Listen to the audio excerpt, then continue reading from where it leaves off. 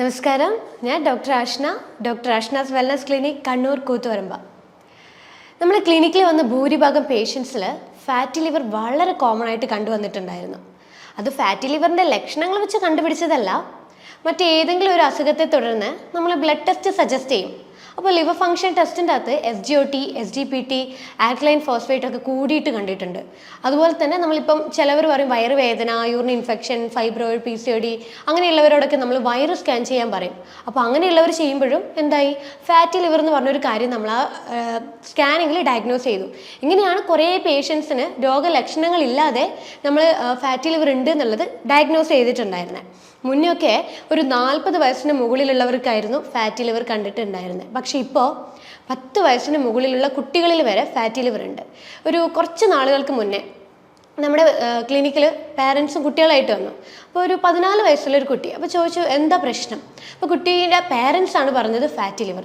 ശരിക്കും ഞാൻ ഞെട്ടിപ്പോയി, കാരണം 14 വയസ്സുള്ള കുട്ടികൾക്ക് വരെ ഇപ്പോൾ ഫാറ്റി ലിവർ ഉണ്ട്. അത്രമാത്രം നമ്മുടെ ജീവിതശൈലിയിൽ ഉണ്ടാകുന്ന മാറ്റമാണ് ഇപ്പോൾ ഫാറ്റി ലിവർ ഇങ്ങനെ വളരെ കോമൺ ആയിട്ട് എല്ലാവരിലും കണ്ടുവരുന്നത്. പക്ഷേ സ്റ്റാർട്ടിങ്ങിൽ എന്ത് ചെയ്യും, നമ്മൾ ഈ ഫാറ്റി ലിവർ അല്ലേ, അത് സാരമില്ല, എല്ലാവരിലും ഉണ്ടല്ലോ എന്ന് വിചാരിച്ചിട്ട് നമ്മൾ അവോയ്ഡ് ചെയ്തു കളയും, ശ്രദ്ധിക്കാതെ വരും. ഫുഡും ശ്രദ്ധിക്കില്ല, ഫിസിക്കൽ ആക്ടിവിറ്റീസും ഒന്നും ശ്രദ്ധിക്കാതെ പിന്നീട് നോക്കുമ്പോൾ എന്താവും, ഇത് ഗ്രേഡ് കൂടി സിവിയർ ആയിട്ടുള്ള കോംപ്ലിക്കേഷൻ ആയിട്ടുള്ള സ്റ്റേജിലോട്ടേക്ക് ഷിഫ്റ്റ് ചെയ്യും. അപ്പോഴാണ് എന്ത്, നമ്മൾ ഭയങ്കരമായിട്ട് വറീഡ് ആവും, അയ്യോ ഡയറ്റ് ശ്രദ്ധിക്കണമല്ലോ, എക്സസൈസ് ചെയ്യണമല്ലോ എന്നുള്ള തോട്ട് നമുക്ക് വരുന്നത്. അപ്പോൾ എങ്ങനെയാണ് ഫാറ്റി ലിവർ നമ്മുടെ ശരീരത്തിൽ വരുന്നത്, എന്തൊക്കെയാണ് ലക്ഷണങ്ങൾ നമ്മുടെ ശരീരത്തിൽ കാണിക്കുന്നത് എന്നുള്ളൊരു കാര്യമാണ് ഞാൻ ഈ ഒരു വീഡിയോയിൽ നിങ്ങളായിട്ട് ഷെയർ ചെയ്യുന്നത്. ഫാറ്റി ലിവർ നമ്മുടെ ശരീരത്തിലുണ്ടായാൽ നമ്മുടെ ശരീരത്തിൽ പല രീതിയിലുള്ള ലക്ഷണങ്ങൾ കാണിക്കും. ഫാറ്റി ലിവർ നമ്മുടെ ശരീരത്തിൽ ഉണ്ടാകുമ്പോൾ നമ്മുടെ മുഖത്ത് കളർ മാറ്റം ഉണ്ടാകാൻ തുടങ്ങും, കറുപ്പ് വരാൻ തുടങ്ങും. പ്രത്യേകിച്ച് നമ്മുടെ ഈ ഒരു ഫോർ ഹെഡ് റീജിയണിലും ഈ ഒരു ചീക്സിൻ്റെ ഈ സൈഡിലായിട്ട് കറുപ്പ് കളർ വരാൻ തുടങ്ങും. ഡാർക്ക് സ്കിൻ ആയിട്ടുള്ള ആളുകളിലും ആ ഒരു സ്കിൻ കളറിനേക്കാൾ ഏറെ ഒരു കറുത്ത കളറായിട്ടാണ് കാണാം. പ്രത്യേകിച്ച് കൈകളിലും ചിലവരിൽ ഈ ഒരു പിഗ്മെൻറ്റേഷൻ കറുത്ത കളറായിട്ട് ഇങ്ങനെ കുത്ത് പോലെയുള്ള കളേഴ്സായിട്ട് കണ്ടിട്ടുണ്ട്. പിന്നെ സ്കിന്നിൽ ചൊറിച്ചിലുണ്ടാവും, പക്ഷെ പാടുകളായിട്ട് ഉണ്ടാവില്ല. കൈയിൻ്റെയും കാലിൻ്റെയും അടിയിലാണ് ഏറ്റവും കൂടുതൽ ചൊറിച്ചിലുണ്ടാവുക. കാലിനും കൈയിനും അടിവയറ്റിലായിട്ട് നീർക്കെട്ട് കയറും. ചിലവർക്ക് വയറിൻ്റെ മേൾഭാഗത്തായിട്ട് ഇടയ്ക്കിടെ ഒരു വയറുവേദന വരും. ചിലർക്ക് എപ്പോഴും ക്ഷീണമായിരിക്കും, പകൽ സമയത്ത് ഒന്നും ചെയ്യാൻ വയ്യ, ആകപ്പാടെ എല്ലാത്തിനും ഒരു താല്പര്യക്കുറവുള്ള രീതിയിലുണ്ടാവും. രാത്രിയിലാണെങ്കിൽ ഉറക്കം ഉണ്ടാവില്ല, അതുകൊണ്ട് രാവിലെ വളരെയധികം രീതിയിൽ ഉറങ്ങിക്കൊണ്ടേയിരിക്കും, അതും ഒരു ക്ഷീണത്തിന് കാരണമാകും. പിന്നെ വിശപ്പുണ്ടാവില്ല, ഒന്നും കഴിക്കാൻ താല്പര്യമില്ല, പ്രത്യേകിച്ച് ക്രേവിങ്സ് ഒന്നുമില്ല, അതുകൊണ്ട് തന്നെ ക്ഷീണം കൂടുതലായിട്ട് വരും. പിന്നെ ഇങ്ങനെയുള്ളവർക്ക് ഇമോഷൻസിൻ്റെ കാര്യത്തിൽ ഒരു സ്റ്റേബിൾ ആയിരിക്കില്ല, ടെൻഷൻ ഉണ്ടാവും. അതുപോലെ എപ്പോഴും ഒരു മൂഡ് സ്വിങ്സ്, ആങ്സൈറ്റി പോലുള്ള ടെൻഷൻ, അങ്ങനെയുള്ള കാര്യങ്ങളൊക്കെ റിപ്പീറ്റായിട്ട് വന്നുകൊണ്ടിരിക്കും. ചിലർക്ക് വിയർപ്പ് കൂടുതലായിരിക്കും, ചിലവരിൽ സ്മെല്ല് ഉണ്ടാവില്ല, പക്ഷെ ചിലർക്ക് വളരെയധികം സ്മെല്ല് കൂടുതലായിരിക്കും ഈ വിയർപ്പ് കൂടുന്നതിൻ്റെ ഭാഗമായിട്ട്. പിന്നെ ചിലവരിൽ സ്കിന്നിൽ ഈ ചതവ് പോലുള്ള പാടുകൾ വന്നു പോകും, പക്ഷെ അതിങ്ങനെ പെർമനൻ്റ് ആയിട്ട് നിൽക്കില്ല, ഇടയ്ക്ക് ഇങ്ങനെ വന്ന് പോയി എന്നുള്ള രീതിയിലാണ് ആ പാടുകൾ ഉണ്ടാകുക. അപ്പോൾ ഇതൊക്കെയാണ് നമുക്ക് ഫാറ്റി ലിവർ ഉണ്ടായാൽ നമ്മുടെ ശരീരത്തിൽ കാണിക്കുന്ന ലക്ഷണങ്ങളായിട്ടുണ്ടാവുന്നത്. എന്തുകൊണ്ടാണ് ഫാറ്റി ലിവർ വരുന്നത്, നമ്മൾ എപ്പോഴെങ്കിലും ചിന്തിച്ചിട്ടുണ്ടോ? നമ്മുടെ ജീവിത ശൈലിയിൽ ഉണ്ടാകുന്ന മാറ്റങ്ങളാണ് ഫാറ്റി ലിവറിന് കാരണമാകുന്നത്. ഒന്ന് പ്രധാനമായിട്ടും പറയുകയാണെങ്കിൽ മദ്യപാനം. ചില ആളുകളിൽ വർഷങ്ങളോളമുള്ള മദ്യപാനം ഫാറ്റി ലിവറിലേക്ക് കാരണമാകുന്നുണ്ട്. ആ ഒരു ഫാറ്റി ലിവറിന് പറയുന്ന പേരാണ് ആൽക്കഹോളിക് ഫാറ്റി ലിവർ. രണ്ടാമത്തെ കാരണം എന്താണെന്ന് വെച്ച് കഴിഞ്ഞാൽ നമ്മുടെ ഭക്ഷണ രീതിയിലുണ്ടായ തെറ്റ്. അതായത് നമ്മൾ കൂടുതൽ കാലോറി അടങ്ങിയ ഫുഡുകൾ കഴിക്കുമ്പോൾ നമ്മുടെ ശരീരത്തിൽ കൊഴുപ്പ് വന്ന് അടിഞ്ഞുകൂടി അത് ലിവറിൽ സ്റ്റോർ ചെയ്യുമ്പോഴാണ് ഫാറ്റി ലിവറിലേക്ക് മാറുന്നത്. ഈ ഫാറ്റി ലിവറിന് പറയുന്ന പേരാണ് non alcoholic fatty liver. Fatty liver വന്നു കഴിഞ്ഞാൽ പല ഗ്രേഡുകളുണ്ട്. Fatty liver grade 1, 2, 3. ഇത് ഫാറ്റി ലിവർ ഗ്രേഡ് 1, 2 എന്ന് പറയുന്ന വലിയ കോംപ്ലിക്കേഷനുള്ള സ്റ്റേജസ് ഒന്നല്ല, പക്ഷേ നമ്മൾ ശ്രദ്ധിക്കാതിരുന്നു കഴിഞ്ഞാൽ അത് ഗ്രേഡ് 3 സിവിയർ ആയിട്ടുള്ള സ്റ്റേജിലോട്ടേക്ക് ഷിഫ്റ്റ് ചെയ്യുമ്പം നമുക്ക് നമ്മുടെ ലിവറിനെ പൂർണ്ണ സ്ഥിതിയിലേക്ക് കൊണ്ടുവരിക എന്നുള്ളത് വളരെ ബുദ്ധിമുട്ടായിട്ടുള്ള കാര്യം. അപ്പം നമ്മൾ ആദ്യമേ ലിവറിനെ എന്ത് ചെയ്യണം, പഴയ സ്ഥിതിയിലേക്ക് കൊണ്ടുവരാനുള്ള എല്ലാ മെത്തേഡ്സും നമ്മൾ ട്രൈ ചെയ്യണം. അതിപ്പോൾ ഭക്ഷണ രീതി ആയാലും, ഇതിപ്പോൾ മദ്യപാനത്തിൻ്റെ കാര്യമായാലും, ഫിസിക്കൽ എക്സസൈസ് ആയാലും, എല്ലാ രീതിയിലും നമ്മൾ ഫോക്കസ് ചെയ്യണം ഫാറ്റി ലിവർ മാറ്റണമെങ്കിൽ. ഫാറ്റി ലിവർ വന്നു കഴിഞ്ഞാൽ നമ്മൾ ആദ്യം ചെയ്യേണ്ടത് എന്തുകൊണ്ടാണെന്നുള്ളത് നമുക്ക് തന്നെ മനസ്സിലാവുമല്ലോ. നേരത്തെ പറഞ്ഞ പോലെ മദ്യപാനമാണെങ്കിൽ മദ്യപാനം, ഭക്ഷണ രീതി കൊണ്ടാണെങ്കിൽ ഭക്ഷണ രീതി, ഏതാണോ എന്നുള്ളത് ഐഡൻറ്റിഫൈ ചെയ്യുക. അപ്പോൾ മദ്യപാനമാണെങ്കിൽ ആദ്യം നമ്മൾ മദ്യപാനം പൂർണ്ണമായിട്ട് നിർത്തുക, ആദ്യം ചെയ്യേണ്ട കാര്യം. രണ്ടാമതായിട്ട് ചെയ്യേണ്ടത് നമ്മൾ ഭക്ഷണത്തിൽ ക്രമീകരണങ്ങൾ കൊണ്ടുവരിക. എന്തുകൊണ്ടാണ് നമ്മൾ ഇത് ഫോക്കസ് ചെയ്യണമെന്ന് പറയുന്നത്? കാരണം നമ്മളിപ്പോൾ മദ്യപാനമായാലും ഭക്ഷണ രീതി ആയാലും കാർബോഹൈഡ്രേറ്റ് എന്നുള്ളൊരു ഫുഡാണല്ലോ നമ്മുടെ ശരീരത്തിലേക്ക് ഫാറ്റ് കൂടുതലായിട്ട് കൊണ്ടുവരുന്നത്. അതുകൊണ്ട് തന്നെ നമ്മുടെ മദ്യപാനത്തിൻ്റെയും അതുപോലെ കാർബോഹൈഡ്രേറ്റ് ഫുഡിൻ്റെയും ഇൻടേക്ക് നമ്മൾ കുറയ്ക്കണം. എന്തുകൊണ്ടാണ്? ഈ രണ്ട് ഫുഡുകൾ നമ്മൾ കഴിക്കുമ്പോൾ നമ്മുടെ ശരീരത്തിലേക്ക് എന്തായിട്ടാണ് വരുന്നത്? ഗ്ലൂക്കോസ് ആയിട്ടാണ് എത്തുന്നത്. പക്ഷെ നമ്മുടെ ശരീരത്തിൽ ഗ്ലൂക്കോസിൻ്റെ ആവശ്യകതയുണ്ട്. എന്തിനാ? നമ്മുടെ എനർജിക്ക് വേണ്ടിയിട്ട്. നമ്മൾക്കിപ്പോൾ ഒരു കാര്യങ്ങൾ എന്തെങ്കിലും ചെയ്യണമെങ്കിലോ സംസാരിക്കണമെങ്കിലോ അല്ലെങ്കിൽ ബ്രെയിൻ ഫോക്കസ് ചെയ്ത് എന്തെങ്കിലും ചെയ്യണമെങ്കിലോ എനർജി വേണം.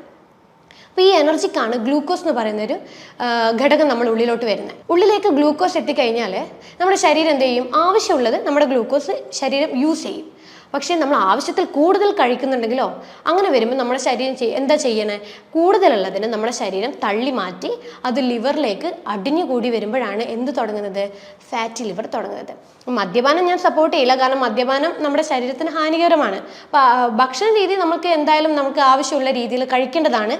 പക്ഷെ നമ്മൾ കൺട്രോൾ ചെയ്തിട്ട് വേണം നമ്മൾ ഭക്ഷണ ക്രമീകരണങ്ങൾ കൊണ്ടുപോകാനായിട്ട്. ഫിസിക്കലി നന്നായിട്ട് അധ്വാനിക്കുന്നവർക്ക് എനർജി വേണം. പക്ഷെ വലിയ രീതിയിൽ അധ്വാനം ഇല്ലാത്തവർക്ക് എനർജിയുടെ ആവശ്യമില്ല, കുറവായിട്ടേ നമ്മുടെ ശരീരത്തിന് വേണ്ടു. അങ്ങനെയുള്ള രീതിയിൽ വേണം നമ്മൾ ഡയറ്റ് ഫോളോ ചെയ്യാനായിട്ട്. അപ്പോൾ ഈ ഫാറ്റി ലിവർ ഉള്ളവർക്ക് എങ്ങനെ ഡയറ്റ് കൊണ്ടുപോകണം എന്നുള്ളൊരു കാര്യം ഞാൻ ഡീറ്റെയിൽ ആയിട്ട് പറഞ്ഞുതരാം. ഫാറ്റി ലിവർ എന്ന് കേൾക്കുമ്പോൾ തന്നെ നിങ്ങൾക്ക് മനസ്സിലാവുന്നുണ്ടാവും. ഫാറ്റ് അതായത് കൊഴുപ്പ്, നമ്മുടെ കരളിൽ കൊഴുപ്പ് വന്ന് അടിഞ്ഞു കൂടുന്ന ഒരു അവസ്ഥയാണ് ഫാറ്റി ലിവർ എന്ന് പറയുന്നത്. ഫാറ്റി ലിവർ വന്നു കഴിഞ്ഞാൽ ഇനി കൊഴുപ്പിൻ്റെ ശരീരത്തിന് ആവശ്യമുണ്ടോ? ഇല്ല, കാരണം ശരീരത്തിൽ ഓൾറെഡി കൊഴുപ്പ് അടിഞ്ഞുകൂടാൻ തുടങ്ങി. അപ്പം നമ്മൾ എന്ത് ചെയ്യണം? ഇനി കൊഴുപ്പടങ്ങിയ ഫുഡുകൾ കഴിക്കാതിരിക്കാൻ വേണ്ടിയിട്ട് ആദ്യം ശ്രദ്ധിക്കണം. ഏതൊക്കെ? ധാന്യങ്ങളാണ് നമ്മൾ ആദ്യം കുറക്കേണ്ടതായിട്ടുള്ളത്. ധാന്യങ്ങൾ എന്ന് പറയുമ്പോൾ അരിയാഹാരമാവാം, ഗോതമ്പാവാം, പഞ്ചസാരയാവാം, എണ്ണ പലഹാരങ്ങളാവാം, വറുത്ത് പൊരിച്ച കാര്യങ്ങളാകാം, ജങ്ക് ഫുഡ് ആകാം, കാർബണേറ്റഡ് ഡ്രിങ്ക്സ് ആകാം. ഇതൊക്കെ എന്തായിട്ടാണ് നമ്മുടെ ശരീരത്തിലേക്ക് വരുന്നത്? ഗ്ലൂക്കോസിൽ നിന്ന് കൊഴുപ്പായി എന്നുള്ള രീതിയിൽ കൺവേർട്ട് ചെയ്യുന്ന ഫുഡുകളാണ് ഇതൊക്കെ. അപ്പോൾ നമ്മൾ എന്ത് ചെയ്യണം? അപ്പോൾ ഈ ഫുഡുകളൊക്കെ എന്തായിട്ടാണ് നമ്മുടെ ശരീരത്തിലേക്ക് എത്തുന്നത്? കൊഴുപ്പായിട്ടാണ് നമ്മുടെ ശരീരത്തിലോട്ടേക്ക് മാറുന്നത്. അപ്പോൾ ഫാറ്റി ലിവർ ഉള്ളവർ ഈ ഒരു കൊഴുപ്പടങ്ങിയ ഫുഡുകൾ പൂർണ്ണമായിട്ടും ഒഴിവാക്കേണ്ടത് നിർബന്ധമായിട്ടുള്ള കാര്യമാണ്. കാരണം നമുക്ക് ഓൾറെഡി കൊഴുപ്പ് ശരീരത്തിൽ അടിഞ്ഞു കൂടിയിട്ടുണ്ട്. അപ്പോൾ ഇനി ഒരു കൊഴുപ്പടങ്ങിയ ഫുഡിൻ്റെ ആവശ്യകത നമ്മുടെ ശരീരത്തിനില്ല. ഉള്ള സ്റ്റോർ ചെയ്ത കൊഴുപ്പിനെ നമ്മൾ ഒഴിവാക്കി കളയണമെങ്കിൽ ഇനി ഒരു കൊഴുപ്പടങ്ങിയ ഫുഡുകൾ നമ്മുടെ ശരീരത്തിലേക്ക് കൊടുക്കരുത്. അപ്പോൾ നമ്മളിപ്പോൾ ഒരു ദിവസം സ്റ്റാർട്ട് ചെയ്യുമ്പം നമ്മൾ എന്താ ചെയ്യുന്നത്? യൂഷ്വലി എല്ലാവരും ചെയ്യുന്നത് രാവിലെ തന്നെ നല്ല പാലൊഴിച്ച് നല്ല പഞ്ചസാര ഇട്ടിട്ട് നല്ലൊരു കാപ്പിയോ അല്ലെങ്കിൽ ചായയോ എടുക്കും. പക്ഷെ ഇതെന്താ? ഇതെന്ന് പറയുന്നത് എന്താ? നമ്മൾ പഞ്ചസാരയും പാലും ഒക്കെ ചെല്ലുമ്പോഴേ ഇത് കൊഴുപ്പായിട്ടാണ് ശരീരത്തിൽ വരുന്നത്. തുടക്കം തന്നെ എന്തായി? നമ്മുടെ ശരീരത്തിന് കൊഴുപ്പായിട്ടാണ് കിട്ടുന്നത്. പക്ഷെ ന്യൂട്രീഷൻ ഒന്നും തന്നെ വന്നില്ല. നമ്മൾ പറയുന്നില്ലേ your breakfast is your brain food എന്ന് നമ്മൾ പറയുന്നില്ലേ? പക്ഷേ നമ്മൾ എന്താ കൊടുക്കുന്നത്? പകരം നേരെ തല തിരിച്ചിട്ട് കൊഴുപ്പടങ്ങിയ ഫുഡുകളാണ് കൊടുക്കുന്നത്. അങ്ങനെ ചെയ്യാതെ നമ്മൾ ബ്രെയിനിന് വേണ്ട ഫുഡുകൾ എന്താണോ അതാണ് നമ്മൾ പ്രൊവൈഡ് ചെയ്യേണ്ടത്. അല്ലാതെ ഫാറ്റ് അടങ്ങിയ ഫുഡുകൾ ഒരു ദിവസം തുടങ്ങരുത്. അപ്പോൾ നമ്മളൊരു ദിവസം തുടങ്ങുമ്പോഴേ നമ്മൾ എന്ത് ചെയ്യും? ഒരു രാവിലെ ഒരു 7 മണിക്കോ അല്ലെങ്കിൽ 7:30 ആയിട്ട് നമ്മൾ കുറച്ച് നട്ട്സായിട്ട് സ്റ്റാർട്ട് ചെയ്യുക. ഒരു 5 ബദാം, 5 കാഷ്യൂസ്, ഒരു 2-3 വാൾനട്ട്, ഇങ്ങനെയുള്ള എന്തെങ്കിലും ഒരു നട്ട്സോ പിന്നെ നമ്മൾ ഉണക്കമുന്തിരിങ്ങ അങ്ങനെയുള്ള കാര്യങ്ങളൊക്കെ ആയിട്ട് രാവിലത്തെ ഒരു ഡേ സ്റ്റാർട്ട് ചെയ്യുക. അത് കഴിച്ച് ഒരു 1/2-3 മണിക്കൂറൊക്കെ കഴിഞ്ഞതിന് ശേഷം മാത്രം ബ്രേക്ക്ഫാസ്റ്റിലോട്ടേ പോവുക. അപ്പോൾ ബ്രേക്ക്ഫാസ്റ്റ് എടുക്കുമ്പോൾ നമുക്ക് എന്ത് ചെയ്യാം? ഈ ധാന്യങ്ങൾ ഇങ്ങനത്തെ ഒഴിവാക്കുക, അരിയാഹാരങ്ങൾ ഒഴിവാക്കുക, ഗോതമ്പിൻ്റെ ഐറ്റംസ് ഒഴിവാക്കുക. പകരം നമുക്ക് ചെറുപയർ പൊതിർത്തിട്ട് ചെറുപയറിനെ കൊണ്ടുള്ള ദോശ ഉണ്ടാക്കിയിട്ട് കഴിക്കാം. 1-2 ചെറുപയർ ദോശയായിട്ട് കഴിക്കാം. അല്ലെങ്കിൽ നമുക്ക് ഓട്സ്, സ്റ്റീൽ കട്ട് ഓട്സ് അല്ലെങ്കിൽ റോൾഡ് ഓട്സ് ഒക്കെ ആയിട്ട് അവൈലബിൾ ആയിട്ടുണ്ട്. അതിൻ്റെ ഒരു കപ്പ് ബൗളിൽ ഓട്സ് നമ്മൾ നോർമൽ വെള്ളത്തിൽ കുറുക്കിയെടുത്ത് കുറച്ച് ഉപ്പ് ഇട്ടിട്ട് അതിൻ്റെ കൂടെ നമുക്ക് പ്രോട്ടീൻസ് കൂടുതൽ കമ്പൈൻ ചെയ്തെടുക്കുക. അത് ഓട്സും വേണമെങ്കിൽ നമുക്ക് ഒരു മുട്ടയോ അല്ലെങ്കിൽ ഓട്സ് മാത്രം, വെജിറ്റേറിയൻസ് ആണെങ്കിൽ വെറും ഓട്സ് മാത്രമായിട്ടും കഴിക്കാം. അല്ലെങ്കിൽ വേറൊരു ഓപ്ഷൻ എന്താണെന്ന് വെച്ച് കഴിഞ്ഞാൽ നമുക്ക് രാവിലെ ഒരു നേന്ത്രപ്പഴം പകുതി പുഴുങ്ങിയിട്ടോ അല്ലെങ്കിൽ ജസ്റ്റ് ഒന്ന് നെയ്യിൽ വാട്ടിയെടുത്തിട്ടോ അതിൻ്റെ കൂടെ 2 മുട്ടയോ അല്ലെങ്കിൽ 1 മുട്ടയോ ആയിട്ട് രാവിലത്തെ ബ്രേക്ക്ഫാസ്റ്റ് നമുക്ക് ഈ രീതിയിലൊന്ന് എടുക്കാം. പിന്നെ വരുന്നത് ഒരു 11:30 ആകുമ്പോഴേ എന്തെങ്കിലും ചെറിയ രീതിയിൽ എന്തെങ്കിലും കഴിക്കാം. വേണമെങ്കിൽ ഹാഫ് ബൗൾ പപ്പായയോ ഹാഫ് ബൗൾ വാട്ടർമെലൺ അല്ലെങ്കിൽ ബത്തക്ക, നമ്മുടെ നാട്ടിൽ ബത്തക്ക എന്ന് പറയും, മറ്റുള്ളിടത്ത് തണ്ണിമത്തൻ എന്ന് പറയും. ഹാഫ് ബൗൾ തണ്ണിമത്തനോ അല്ലെങ്കിൽ ഒരു ആപ്പിളോ അല്ലെങ്കിൽ ഒരു പേരയ്ക്കോ അങ്ങനെ എന്തെങ്കിലും ലൈറ്റ് ആയിട്ടുള്ള ഫുഡ് ഒരു 11:30 ആകുമ്പോൾ കഴിക്കാം. ഉച്ചക്ക് ഒരു തവി ചോറ് വേണമെങ്കിൽ കഴിക്കാം നിർബന്ധമാണെങ്കിൽ. അല്ലാത്തവർക്ക് എന്ത് ചെയ്യാം? വെജിറ്റബിൾസിൻ്റെ സാലഡ്സോ അല്ലെങ്കിൽ മീൻ പീര ഇട്ടിട്ടോ അങ്ങനെ എന്തെങ്കിലും കഴിക്കുക. കാരണം നമ്മൾ ഉച്ചക്ക് ഓൾറെഡി നമ്മൾ ചോറ് കാര്യങ്ങളൊക്കെ കട്ട് ചെയ്യാം. അപ്പം നമ്മൾ ഒരു ഫുഡ് കട്ട് ചെയ്യുമ്പോൾ അതിനെ സബ്സ്റ്റിറ്റ്യൂട്ട് ചെയ്തിട്ടുള്ള ഫുഡുകൾ നമ്മൾ ആഡ് ചെയ്യണം. അതായത് പ്രോട്ടീൻ നിർബന്ധമായിട്ടും നമ്മുടെ ലിവറിന് അത്യാവശ്യമായിട്ടുള്ള ഫുഡാണ്. അപ്പോൾ ഉച്ചക്കും രാവിലെയും ഒക്കെ നമ്മൾ ചെറിയ ചെറിയ തോതിൽ നമ്മൾ പ്രോട്ടീൻ നിർബന്ധമായിട്ടും കൊടുത്തിരിക്കുക.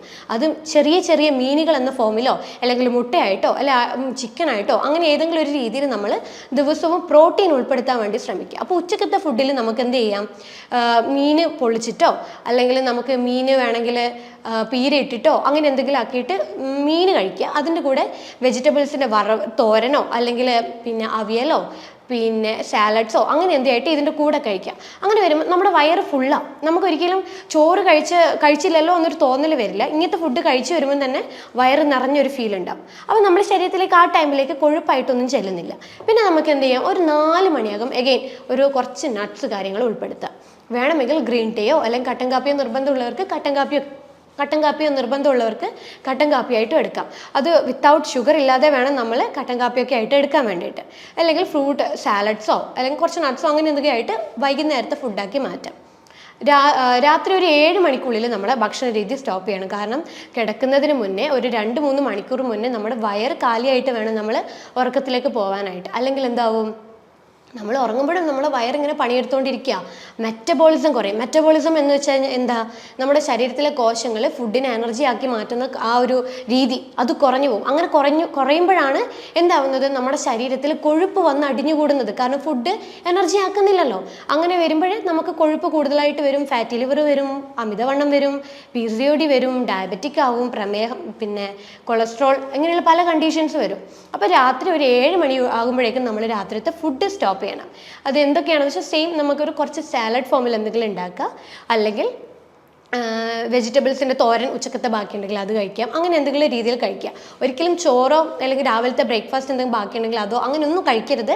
ഡയറക്റ്റ് ഫ്രഷ് ആയിട്ട് ഉണ്ടാക്കിയ ഫുഡായിട്ട് മാത്രം രാത്രിത്തെ ഫുഡിൽ ഉൾപ്പെടുത്താം. അപ്പോൾ നമുക്ക് എന്തെങ്കിലും തോരൻ അല്ലെങ്കിൽ വെജിറ്റബിൾ സാലഡ്സ് അത് നമുക്ക് ഗ്രേറ്റ് ചെയ്ത കോക്കനസ് തേങ്ങ ചിരണ്ടിയിട്ട് അതിലിടാം. നമ്മുടെ ഇപ്പോൾ ഫാറ്റി ലിവർ ഉള്ളവർക്ക് നമ്മൾ എന്താ ഫോക്കസ് ചെയ്യേണ്ടത്, കാലോറി അടങ്ങിയ ഫുഡുകൾ നല്ല രീതിയിൽ കുറയ്ക്കുക, ഹൈ പ്രോട്ടീൻ ഉൾപ്പെടുത്തുക, ഹൈ ഗുഡ് ഫാറ്റ് ഉൾപ്പെടുത്തുക. അപ്പോൾ ഈ ഗുഡ് ഫാറ്റ് എന്ന് പറയുമ്പോൾ എന്തൊക്കെയാണ്, തേങ്ങ വരും, നെയ്യ് വരും, പിന്നെ അതുപോലെ തന്നെ ബട്ടർ വരും, അവക്കാഡോ വരും. ഇതൊക്കെ നല്ല ഗുഡ് ഫാറ്റ് അടങ്ങിയ ഫുഡുകളാണ്. അപ്പോൾ ഇതൊക്കെ നല്ല രീതിയിൽ ദിവസം ഉൾപ്പെടുത്തുന്നത് കൊളസ്ട്രോളോ കാര്യങ്ങളോ അല്ലെങ്കിൽ ഫാറ്റി ലിവറോ ഒന്നും കൂടാൻ പോകുന്നില്ല. അപ്പോൾ നമ്മുടെ രാത്രിത്തെ ഭക്ഷണത്തിനകത്ത് സാലഡ്സ് ഉച്ചക്കും ഉണ്ടാക്കുമല്ലോ, സാലഡ്സ് ഒക്കെ ഉണ്ടാക്കുമ്പോൾ നമ്മൾ തേങ്ങ ചിരണ്ടി ഇട്ടിട്ട് ആ ഒരു സാലഡ് ഉണ്ടാക്കിയിട്ട് കഴിക്കാം. അത് നമുക്ക് ശരീരത്തിൽ നല്ല രീതിയിൽ ഫൈബേഴ്സ്, ഈ വെജിറ്റബിൾസ് ഉണ്ടാകും ഫൈബേഴ്സ് നല്ല രീതിയിൽ എത്തും. അതുപോലെ തന്നെ ഗുഡ് ഫാറ്റ്, തേങ്ങയിലുള്ള ഗുഡ് ഫാറ്റ് നമ്മുടെ ശരീരത്തിലെ കോശങ്ങളിലേക്ക് എത്തും. അതുപോലെ നമുക്ക് പ്രോട്ടീൻ അടങ്ങിയ ഫുഡുകൾ, മുട്ടയോ മീനോ ചിക്കനോ എന്താ ഉള്ളത് അത് ചെറിയൊരു അളവിൽ രാത്രി കഴിക്കുക. ഇങ്ങനെ വരുമ്പോഴെന്താ, ഒരു ദിവസത്തെ ഡയറ്റ് പ്ലാൻ ആയി. അപ്പോൾ ഈ രീതിയിൽ നമ്മൾ ഒരു മാസത്തോളം നമ്മൾ ഡയറ്റ് കൃത്യമായിട്ട് എടുക്കുമ്പോൾ നല്ല രീതിയിൽ നമ്മളെ ഫാറ്റി ലിവർ നമുക്ക് റിവേഴ്സ് ചെയ്യാൻ പറ്റും. പക്ഷേ ഫുഡ് മാത്രം പോരാ, നമ്മുടെ എനർജി എന്ന് പറഞ്ഞൊരു കാര്യം നമ്മൾ ബോഡിയിൽ ഉണ്ടാക്കണം. കാരണം ഓൾറെഡി ശരീരത്തിൽ കൊഴുപ്പ് സ്റ്റോർ ചെയ്ത് വെച്ചിട്ടുണ്ട്. ആ സ്റ്റോർ ചെയ്ത കൊഴുപ്പിനെ കളയണമെങ്കിൽ ഡയറ്റിംഗ് മാത്രം പോരാ, മെയിനായിട്ട് ചെയ്യേണ്ടത് ഫിസിക്കൽ ആക്ടിവിറ്റീസാണ്. ഡെയിലി 1 മണിക്കൂർ നമ്മൾ കൃത്യമായിട്ട് നടക്കുക. അതുപോലെ ശരീരം അനങ്ങിയിട്ടുള്ള എക്സസൈസ് കാര്യങ്ങൾ ചെയ്യുക. മെയിനായിട്ട് എന്താ, വയറ് അബ്ഡോമൻ എക്സസൈസ് ആണ് നമ്മൾ കൂടുതലും ഫോക്കസ് ചെയ്യേണ്ടത്. കാരണം ഏറ്റവും കൂടുതൽ ശരീരത്തിൻ്റെ കൊഴുപ്പ് വന്ന് അടിഞ്ഞു കൂടിയിരിക്കുന്നത് നമ്മുടെ വയറിലാണ്. അപ്പോൾ ഈ വയറിലെ ഫാറ്റ് കുറയണമെങ്കിൽ നടത്തം ഒന്നും ഹെൽപ്പ് ചെയ്യില്ല. പകരം നമ്മൾ എന്ത് ചെയ്യണം, നല്ല രീതിയിൽ അബ്ഡോമൻ എക്സസൈസ് ഒരു ½ ആൻ അവർ ഡെയിലി ഫോക്കസ് ചെയ്യുമ്പം ഫാറ്റി ലിവർ താനെ കുറയും. നമ്മൾ ഭക്ഷണം ശ്രദ്ധിക്കുന്നില്ല, ഫിസിക്കൽ ആക്ടിവിറ്റീസ് ഒന്നുമില്ല, ഇങ്ങനെയൊക്കെ വരുമ്പോഴാണ് നമുക്ക് ഫാറ്റി ലിവർ റിവേഴ്സ് ചെയ്യാൻ പറ്റാത്തൊരു സ്റ്റേജിലോട്ട് പോകുന്നത്. അപ്പം നല്ല രീതിയിൽ നമ്മൾ ഡയറ്റിംഗ് നല്ല പോലെ കൺട്രോൾ ചെയ്തിട്ട് മുന്നോട്ട് കൊണ്ടുപോവുക. ചിലപ്പോൾ ഡയറ്റിംഗ് എടുക്കുമ്പോൾ ചിലവർക്ക് ക്രേവിങ്സ് വരും. ഇടയ്ക്കൊന്ന് മധുരം കഴിച്ചാലും അത് ചെയ്യാൻ പാടില്ല. കാരണം നമ്മൾ ഡയറ്റിംഗ് ചെയ്ത് നമ്മളെ ബോഡിയുടെ നല്ല ഫ്രഷ് ആയിട്ട് ക്ലീൻ ചെയ്ത് കൊണ്ടുവരുമ്പോൾ പറ്റാത്ത എന്തെങ്കിലും ഫുഡുകൾ ഇട്ട് കിടന്നു കഴിഞ്ഞാൽ പെട്ടെന്ന് ശരീരം അത് വലിച്ചെടുക്കും. എഗെയിൻ അത് പഴയ സ്ഥിതിയിലേക്ക് വരും, ഫാറ്റി ലിവർ ഗ്രേഡ് കൂടും. അങ്ങനെ ചെയ്യാതെ നമ്മളൊരു ഡയറ്റ് ഫോക്കസ് ചെയ്യുമ്പോൾ കണ്ടിന്യൂസ് ആയിട്ട് ഒരു 2-3 മാസം ഫോളോ ചെയ്യുക. എന്നിട്ട് നമ്മൾ എന്ത് ചെയ്യണം, ഒരു 2 മാസമൊക്കെ കഴിയുമ്പോൾ വെയിറ്റ് നല്ലോണം കുറയ്ക്കുക. ഒരു 8 കിലോ 5 കിലോ 10 കിലോളം വെയിറ്റ് കുറക്കുമ്പോൾ തന്നെ ഗ്രേഡ് റിവേഴ്സ് ആവാൻ തുടങ്ങും. 2 ആണെങ്കിൽ ഗ്രേഡ് 1 ഒന്നാമതിലേക്ക് പോകും. 1 ആണെങ്കിൽ പൂർവ്വസ്ഥിതിയിലോട്ടേക്ക് കരളിൻ്റെ പൂർവ്വസ്ഥിതിയിലോട്ട് കൊണ്ടുവരും. അപ്പോൾ ഈ രീതിയിലാണ് ശരിക്കും നമ്മൾ ഡയറ്റ് കാര്യങ്ങളൊക്കെ ഫോക്കസ് ചെയ്യേണ്ടത്. പിന്നെ ശ്രദ്ധിക്കേണ്ടത് ഉറക്കം മാൻഡേറ്ററി ആയിട്ടുള്ളൊരു കാര്യമാണ്. 6 മണിക്കൂർ തൊട്ട് 8 മണിക്കൂർ വരെ നല്ലപോലെ ഉറങ്ങുക. പിന്നെ ചെയ്യേണ്ടത് വെള്ളം നന്നായിട്ട് കുടിക്കുക. ഒരു ഫാറ്റി ലിവർ ഉള്ളവർക്ക് വെള്ളം അത്യാവശ്യമായിട്ടുള്ള ഒരു കാര്യമാണ്. കാരണം നമ്മുടെ കരളിന് വെള്ളം കിട്ടിക്കഴിഞ്ഞാൽ മാത്രമേ എന്ത് ചെയ്യാൻ പറ്റുള്ളൂ, കരളിന് ശുദ്ധീകരണം എന്നൊരു കാര്യം ചെയ്യാൻ പറ്റുള്ളൂ. കരളിലാണ് ഏറ്റവും കൂടുതൽ നമ്മൾ കഴിക്കുന്ന ശരീരത്തിലെ വിഷാംശങ്ങൾ അടിഞ്ഞോടുന്നത്. ആ വിഷാംശത്തെ പുറത്തോട്ടേക്ക് തള്ളിക്കളയാണെങ്കിൽ വെള്ളം മസ്റ്റായിട്ടുള്ള കാര്യമാണ്. ഇപ്പോൾ 20 കിലോ ഉള്ള ഒരാൾ 1 ലിറ്റർ എന്നൊരു കണക്കിന് നമ്മൾ വെള്ളം മെയിൻറ്റെയിൻ ചെയ്യുക ഒരു ദിവസം. വേനൽക്കാലത്താണെങ്കിൽ കുറച്ചുകൂടെ വെള്ളത്തിൻ്റെ അളവ് കൂട്ടുക. ഈ രീതിയിൽ വേണം നമ്മൾ ഫാറ്റി ലിവറിനെ ഓവർകം ചെയ്യാനായിട്ട്, അല്ലെങ്കിൽ ഫാറ്റി ലിവർ എന്നുള്ളൊരു കണ്ടീഷനെ കരളിൻ്റെ പൂർവ്വസ്ഥിതിയിലോട്ടേക്ക് മാറ്റാനായിട്ട്. അപ്പോൾ ഞാൻ നേരത്തെ പറഞ്ഞ പോലത്തെ ലക്ഷണങ്ങൾ എന്തെങ്കിലും നിങ്ങൾ തുടർച്ചയായിട്ട് ഫേസ് ചെയ്യുന്നുണ്ടെങ്കിൽ നിങ്ങൾ സെൽഫായിട്ടൊന്ന് ഡയഗ്നോസ് ചെയ്യുക. ഫാറ്റി ലിവർ ഉണ്ടോ, അങ്ങനെ എന്തെങ്കിലും സംശയം ഉണ്ടെങ്കിൽ നിങ്ങൾ എന്ത് ചെയ്യണം, ഒരു ഡോക്ടറെ പോയിട്ട് കൺസൾട്ട് ചെയ്യുക. ഡോക്ടറെ പോയിട്ട് കൺസൾട്ട് ചെയ്യുക. എന്നിട്ട് അതിന് വേണ്ട ബ്ലഡ് ടെസ്റ്റും സ്കാനിങ്ങും കാര്യങ്ങളൊക്കെ ചെയ്ത് ഉറപ്പ് വരുത്തുക. ഫാറ്റി ലിവർ ഉണ്ടോ, ഫാറ്റി ലിവർ ഇല്ലയോ എന്നുള്ളൊരു കാര്യം. കാരണം ഫാറ്റി ലിവർ ഉണ്ടെങ്കിൽ നമുക്ക് നീട്ടിക്കൊണ്ടുപോകാൻ പാടില്ല. പെട്ടെന്ന് തന്നെ നമുക്കത് തിരിച്ച് റിവേഴ്സ് ചെയ്യിപ്പിക്കണം. അപ്പം എന്താണോ അതിന് വേണ്ട പരിഹാരമായിട്ടുള്ള മാർഗ്ഗങ്ങൾ, ഡയറ്റ് ആണെങ്കിൽ ഡയറ്റ്, അല്ല മെഡിസിൻ ആയിട്ട് എടുക്കേണ്ട രീതിയിലാണ് മെഡിസിൻ ആയിട്ടുള്ള രീതിയിൽ അതൊക്കെ കറക്റ്റായിട്ട് എടുത്ത് നമുക്ക് നമ്മളുടെ ആ ഒരു ലിവറിൻ്റെ സ്ഥിതിയെ പൂർണ്ണ സ്റ്റേജിലേക്ക് കൊണ്ടുവരേണ്ടതാണ്. അപ്പം എന്നിട്ടും നിങ്ങൾക്ക് ഇനിയിപ്പം എന്തെങ്കിലും ഇതിനെക്കുറിച്ചുള്ള ഡൗട്ടോ കാര്യങ്ങളോ എന്തെങ്കിലും ഉണ്ടെങ്കിൽ താഴെ കാണുന്ന നമ്പറിൽ നിങ്ങൾക്ക് കോൺടാക്ട് ചെയ്യാം. ഇതുപോലെ തന്നെ മറ്റൊരു ഹെൽത്ത് ടോപ്പിക്കുമായിട്ട് വീണ്ടും കാണാം. അതുവരേക്കും നമസ്കാരം.